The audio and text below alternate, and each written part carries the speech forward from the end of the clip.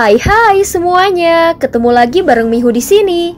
Oh ya, kali ini Mihu akan membawakan alur cerita Donghua yang berjudul Battle Through the Heaven. Mihu mengingatkan sekali lagi ya bahwa konten ini full spoiler.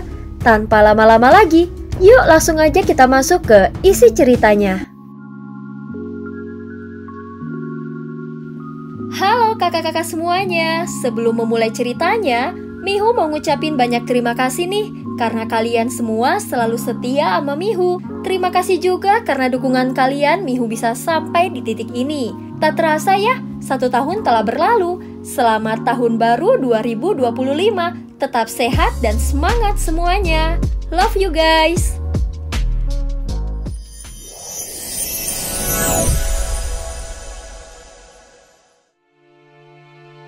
Melanjutkan dari kisah sebelumnya. Sebelumnya ketika Xiaoyan melihat Qiu-Qiu yang ada di antara prajurit elit Taisu. Namun Xiaoyan dengan cepat mengalihkan pandangannya seolah-olah dia ingin melindungi Qiu-Qiu. Dan pada saat mendengar provokasi Xiaoyan, dua sosok elit Taisu segera bergegas ke arena. Di barisan belakang ada beberapa orang yang merupakan pengikut setia pangeran kedua. Mereka merasa bahwa bertarung dengan Xiaoyan tidak ada gunanya. Meskipun kekuatan tempur Su Xingyi dan Sui Ying sedikit lebih lemah dibandingkan dengan kami, namun mereka saja sudah cukup tangguh untuk menghadapi sosok yang disebut reinkarnasi yang mulia ini. Ucap seseorang, aku merasa ada sesuatu yang aneh. Jika dia benar-benar reinkarnasi yang mulia, dia tidak akan semudah itu ditaklukkan. Jika demikian, kedua orang itu pasti sudah berada di dalam genggamannya sekarang. Ucap seorang pria dengan ekspresi tenang berdiri dengan tangan di belakang punggungnya. Meski tidak tampak memprovokasi, namun auranya tetap membuat orang di sekitarnya merasa tertekan. Begitu dia membuka mulutnya, semua orang di sekeliling menunjukkan rasa hormat.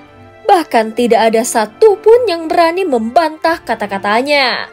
Saudara Suan memiliki pandangan yang jauh lebih tajam daripada kami.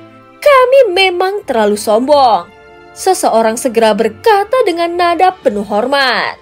Jika saudara Suwanzan turun tangan, kau pasti bisa melenyapkannya dalam sekejap. Sosok lainnya segera menambahkan dengan penuh semangat. Hahaha, tentu saja. Di seluruh wilayah Sensi, sangat jarang ada ahli tingkat ketiga yang muncul. Bahkan jika ada, mereka hampir tidak bisa menandingi Suwanzan. Sedangkan reinkarnasi yang mulia itu baru berada di tingkat pertama. Bisa dibayangkan betapa lemahnya Sensi saat ini. Begitu pasukan besar kita masuk, pertarungan ini akan menjadi kemenangan mutlak tanpa halangan apapun. Mendengar kata-kata ini, pria yang dipanggil Suwanzan tetap memasang wajah dingin dan tidak menanggapi kata-kata tersebut. Di dalam hatinya, dia hanya berpikir bahwa dirinya lebih kuat, sehingga orang-orang ini hanya tahu bagaimana cara menjilatnya. Sementara itu Xin berganti di dalam arena pertarungan Xiaoyan. Reinkarnasi yang mulia tingkat pertama benar-benar membuka mataku. Di dalam legenda kekuatan yang mulia tidak terbayangkan. Jika kau memang benar-benar mengaku sebagai yang mulia, bagaimana jika kau berlutut dan bersujud di hadapanku? Jika kau melakukannya, aku mungkin akan mempertimbangkan untuk menyelamatkan nyawamu. Ucap Su Xingyi langsung berbicara dengan nada yang angkuh. Su Xingyi tampaknya sudah memasuki mode tempurnya. Seluruh tubuhnya memancarkan aura liar dan ucapannya penuh dengan kesombongan. Seberapa banyak anak Sukiante yang tersisa? Aku sudah membunuh begitu banyak. Tetapi masih ada saja yang datang untuk mencari kematian. Ucap Xiaoyan mencibir sambil mengelus dagunya. Meskipun terlihat santai, tatapan matanya terhadap dua orang di depannya terlihat ketidakpedulian. Aku hanya ingin mengatakan dirimu sebagai orang tua yang keras kepala. Yang kau bunuh hanyalah sampah belaka dan mereka memang akan mati cepat atau lambat. Hanya saja mereka sial karena bertemu denganmu. Kau harus ingat, hari ini aku membunuhmu bukan untuk membalas dendam atas kematian mereka, Tetapi karena aku dan sang pangeran ingin membunuhmu." Mendengar kata-katanya, Xiaoyan tersenyum tipis. Tatapannya bergeser ke Sui Ying di sampingnya lalu ke Su Xingyi lagi. "Begitu sombong, bahkan kau tidak berani bertarung sendirian dan harus bekerja sama dengan yang lain," ucap Xiaoyan. Mendengar kata-kata itu, Su Xingyi langsung tampak geram. Segera pedang hitam di punggungnya bergetar seolah-olah siap keluar dari sarungnya kapan saja untuk membantai musuh di hadapannya. "Jangan salah paham, ini bukan karena aku tidak mampu membunuhmu sendirian. Aku menghormatimu hanya karena identitasmu sebagai reinkarnasi yang mulia. Sue, kau tidak perlu ikut campur. Aku akan menghabisinya sendiri." Su Xingyi tampak semakin percaya diri. Aliran darah melonjak seperti gelombang yang meledak-ledak lalu menyelimuti tubuhnya dengan aura yang luar biasa. Ada semacam obsesi di dalam sorot matanya seolah-olah dia hanya ingin melawan Xiaoyan sendirian. Sui Ying berdiri di sampingnya tampak patuh dan tidak membantah. Meskipun di wajahnya terlihat datar, tatapannya terhadap Su Xingyi menyiratkan ejekan seakan-akan menganggapnya sebagai orang bodoh. Namun dia benar-benar mundur ke samping tanpa melakukan protes apapun. Melihat Sui Ying mundur, ekspresi Xiaoyan menjadi lebih serius. Sikap mereka cukup aneh. Mereka jelas bisa bekerja sama tetapi mereka memilih untuk tidak melakukannya. Apakah mereka berencana menyerangku dengan diam-diam? Mata Xiaoyan segera menyipit. Apapun yang terjadi, dia harus tetap selalu waspada terhadap mereka. "Hei, apakah kau sudah siap? Aku akan mulai menyerang." Tekanan berat tiba-tiba memenuhi udara. Su Xingyi mengangkat pedangnya ke depan. Dan jiwa pedang hitam di punggungnya muncul lalu menyatu dengan tubuhnya. Cahaya gelap yang tajam berkedip-kedip. Dan kebencian yang terkondensasi meluas menjadi kabut hitam yang menyelimuti seluruh arena. Kepadatan kebencian itu membuat hati Xiaoyan berdegup kencang. Meskipun dia sudah sering melihat jiwa pedang sebelumnya, apa yang dimiliki Su Xingyi ini benar-benar berbeda. Seolah-olah langit dan bumi menjadi gelap karenanya. Xiaoyan dapat merasakan dengan jelas bahwa Su Xingyi telah menghabiskan usaha besar untuk memperkuat pedangnya. Dia tidak tahu berapa banyak makhluk dari Sensi yang dibunuh untuk menciptakan kebencian yang begitu kuat ini. Setelah beberapa saat, Su Xingyi berkata dengan dingin, "Mereka menyebutmu reinkarnasi yang mulia, penguasa pertama di Sensi.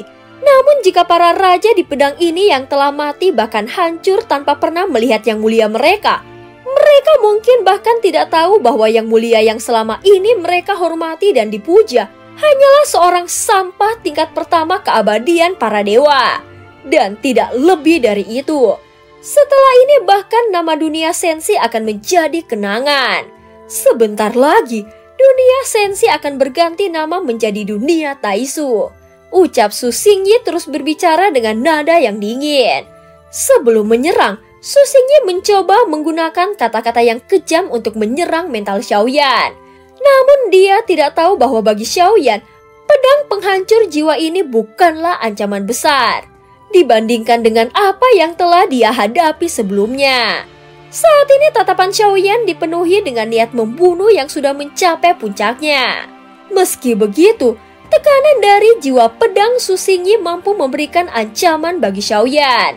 Pedang itu mampu membawa kekuatan yang cukup untuk menekan hingga tingkat ketiga keabadian para dewa. Namun Xiaoyan tetap tenang dan tidak gentar menghadapi pertempuran ini. Saat berikutnya, Xiaoyan mengeluarkan senjata andalannya yaitu penguasa berat Suan. Xiaoyan membangkitkan 3 api berbeda yang membakar tubuhnya. Dengan kekuatan senjata ini, Xiaoyan membangkitkan 3 api berbeda yang membakar. Tubuhnya berubah menjadi warna biru yang menyala-nyala. Tubuhnya mulai meledak dengan energi yang tak terbendung seolah-olah tidak ada ruang yang cukup untuk menahan kekuatan apinya. Saat api itu meledak, Xiaoyan berhasil melampaui batas-batasannya. Sekarang api tersebut tidak lagi tertekan oleh tingkat kekuatan keabadian Kaisar. Energinya begitu besar hingga mempengaruhi ruang di sekitarnya. Tidak seperti kekuatan aturan lainnya. Api dan guntur Xiaoyan tidak membutuhkan perubahan yang rumit. Mereka hanya perlu ledakan dahsyat untuk menghancurkan segalanya. Jika bukan karena penguasa berat Suan Xiaoyan tidak mungkin bisa mengendalikan kekuatan api ini secara terus-menerus. Bahkan saat ini, api itu menghanguskan segalanya, sehingga membuat ruang kosong di sekitarnya tampak seperti mendidih dan terbakar. Seolah-olah kehampaan itu sendiri ikut dilahap oleh api. Melihat ini, Su Xingyi segera menyadari bahwa situasinya tidak seperti yang diperhitungkannya. Dia tidak lagi berani mengeluarkan omong kosong.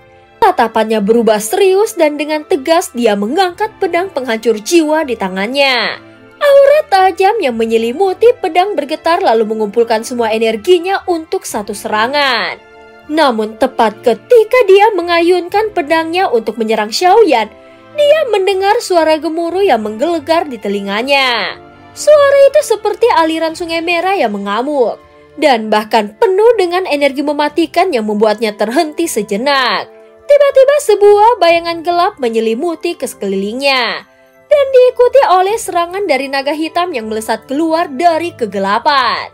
Serangan ini sudah beberapa kali diluncurkan oleh Xiaoyan, tetapi tetap saja tidak mungkin untuk diabaikan bahkan oleh musuh yang sekuat mereka. Meski Su Xingyi mencoba menghindar, dia tidak dapat sepenuhnya lepas dari dampak serangan tersebut. Dia segera mengaktifkan teknik pamungkasnya pemecah ilusi langit yang terdiri dari 3 tebasan berturut-turut. Dan masing-masing tebasan akan lebih kuat dari yang sebelumnya. Xiaoyan segera menggerakkan penguasa berat Suan dengan kecepatan lambat. Tetapi kekuatan yang tak terbayangkan memancar dan tubuhnya seperti gunung berapi yang sedang meletus. 3 jenis api yang berkobar di tubuhnya berubah menjadi kekuatan destruktif yang menciptakan jalur cahaya api sepanjang ribuan kaki di kampaan. Di sisi lain, pedang hitam Su Xingyi memancarkan kilatan yang tampak tidak stabil, tetapi membawa ancaman mematikan yang sama mengerikannya. Saat berikutnya ledakan yang dahsyat terjadi. Api dan cahaya hitam saling melahap satu sama lain menciptakan gelombang energi yang mengguncang ruang di sekitarnya. Saat ini Su Xingyi berdiri terpaku dan tatapannya terlihat kosong. Dia belum pulih dari keterkejutan akibat serangan Xiaoyan yang luar biasa. Namun Xiaoyan tidak memberinya kesempatan untuk bernafas. Dengan gerakan yang tegas, dia mengayunkan serangan kedua. Kali ini cahaya api yang dihasilkan lebih kuat dan lebih dahsyat daripada yang pertama. 2 serangan itu bertemu di udara, menciptakan pusaran api yang saling bertumpuk lalu melumat segala sesuatu di jalurnya. Seketika sebuah ledakan keras terdengar bergema. Cahaya hitam dari pedang Su Xingyi perlahan-lahan tersedak mundur oleh kekuatan api Xiaoyan. Jelas bahwa Xiaoyan telah mengambil kendali atas pertempuran ini. Su Xingyi akhirnya sadar dari keterkejutannya. Wajahnya menjadi pucat dan di matanya terpancar ketakutan yang mendalam. Sue Ying, cepat serang sekarang. Dia langsung berteriak dengan panik. Pada saat yang sama Sue Ying yang sebelumnya mundur ke samping, tiba-tiba muncul di belakang Xiaoyan. Dengan gerakan cepat dan penuh tenaga, dia melancarkan serangan yang telah lama dipersiapkannya. Mencoba menusuk punggung Xiaoyan dengan serangan mematikan. Jelas pada saat ini, Sue Ying tidak bisa tinggal diam melihat Su Xingyi yang berteriak meminta bantuannya. Dan cerita pun berakhir. Terima kasih udah dengerin Mihu dari awal sampai akhir ya. Jangan lupa untuk like dan subscribe. Sampai jumpa.